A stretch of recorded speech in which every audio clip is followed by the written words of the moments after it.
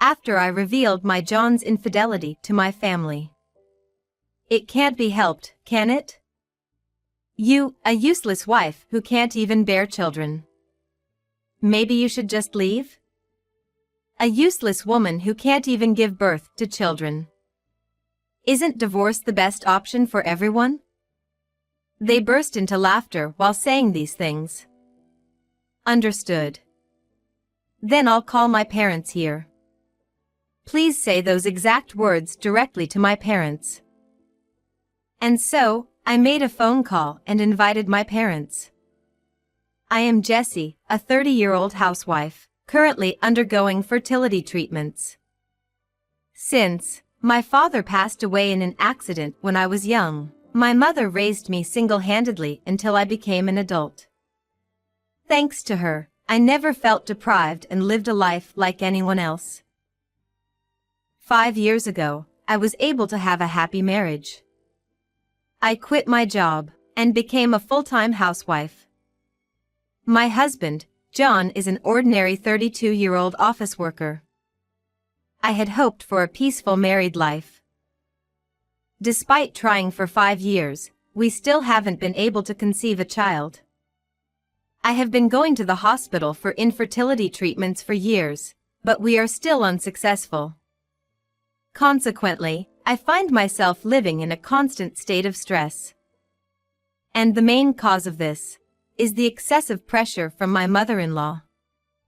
At first, my mother-in-law asked in a gentle manner, "Still no children?" But after a year had passed, she started saying things like, "Still unable to conceive? Isn't it too late? Quit your job and make time for the sake of having a child." Eventually, she went on to say, "Are you really actively pursuing fertility treatments? Could it be that you're avoiding having a child and using contraception? Focus on your fertility treatments already." In the end, I decided to quit my job. Fertility treatments involve various tests and treatments that require money. Don't let John waste more money on this. Why can't you have a child? It's frustrating to be told such things. However, one day, my mother-in-law went so far as to accompany me to the hospital. To ensure that I was really undergoing fertility treatments, she confronted the attending physician, saying, "Why can't my daughter-in-law have children? Is she trying to deceive us with some strange treatment?" She relentlessly pressed the doctor. "It's not solely your wife's fault. There could also be factors related to her husband." To which my mother-in-law exclaimed, "That's impossible. Are you saying it's John's fault? There's absolutely no way. The fault lies entirely with this wife." She lashed out at the doctor and nurses before storming off. I felt deeply embarrassed and later apologized profusely. The doctor showed sympathy, saying, "You're in a difficult environment." I also spoke to my John about how unbearable the pressure from his mother had become. John responded, "There's no point in saying things like that. She's at an age where I want grandchildren." And that was the end of it. In the first place, my John wasn't actively involved in our fertility journey. Every single day, he would say, "I'm tired today. Let me rest." Even when I told him it was my ovulation day, he would often ignore me. Fertility treatments can't be done alone. Then, at one point, I mentioned, the doctor suggested that you should also get tested. John retorted, "Are they saying it's my fault? There's no way. Going to the hospital for fertility treatments is embarrassing." He started treating the whole process as if it were shameful. He felt completely responsible for everything and thought that I should just handle the treatment on my own since he wouldn't cooperate. My mother-in-law often showed up unannounced at our house and would even enter our bedroom without permission. Checking every nook and cranny, she would say, "You're not using contraception, are you?" And then she would leave, saying, It's because of your infertility that we, your in-laws, are so disappointed. Please do something about it. Why did I have to endure such comments? The pressure and stress were overwhelming, and I was completely exhausted. Then, one day, I had an errand to visit my parents' house after a long time. Before leaving, I told John, "I'll be back late at night, so go ahead and have dinner without me."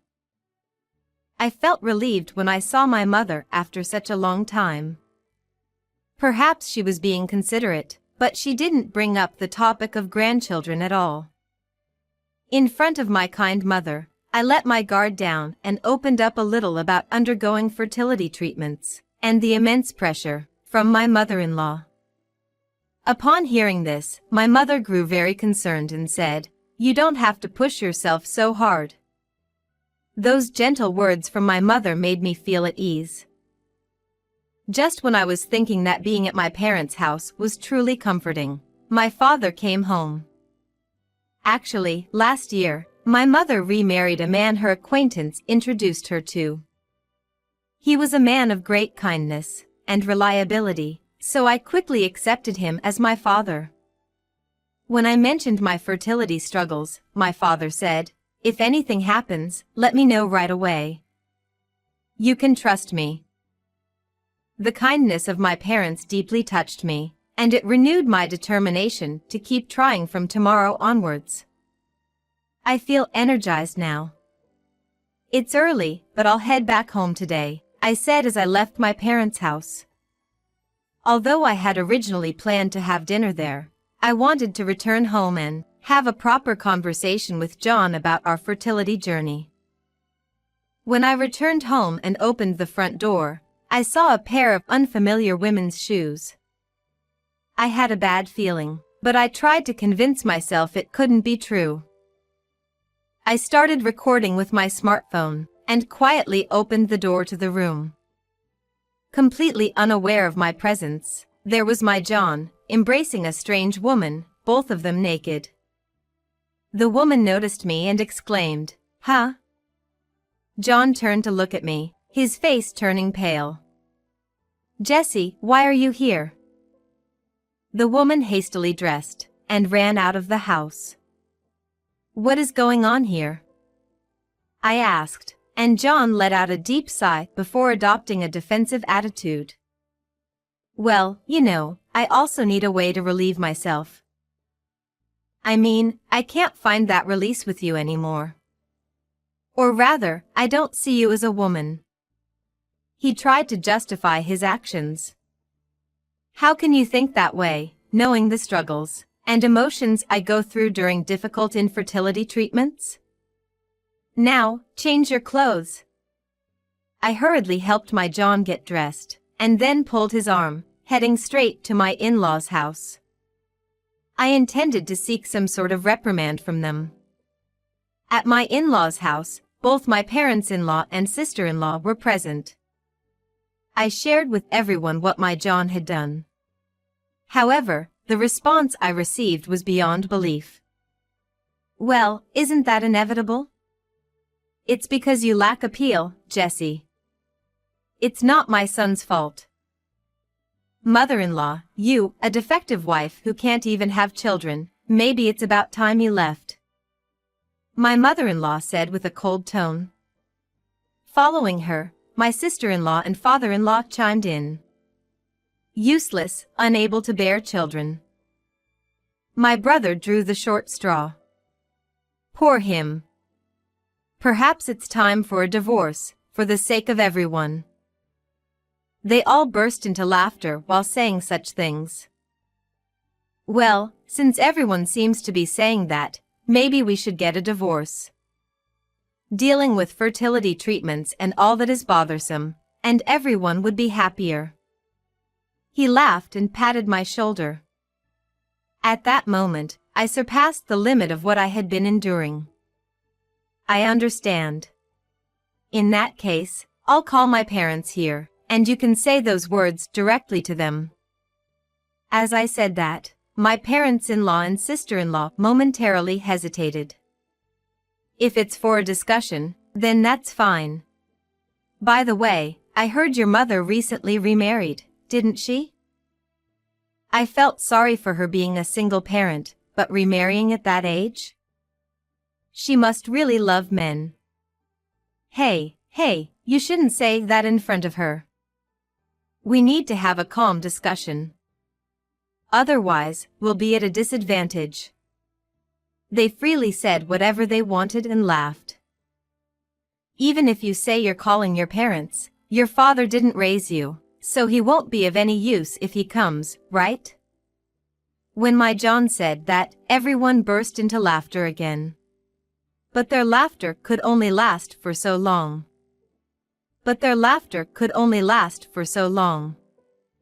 I explained the situation to my parents, and asked them to come to my in-laws' house. 30 minutes later, my parents arrived at the in-laws' house. I urged my mother-in-law to let them in, and as soon as my father appeared in the living room, both my father-in-law and John's expressions turned sour. Why are you here? This can't be true. What's going on, Jesse? I couldn't make any sense of their reactions. What's going on? Both of you, let's proceed with the divorce discussion quickly. Oh, I see.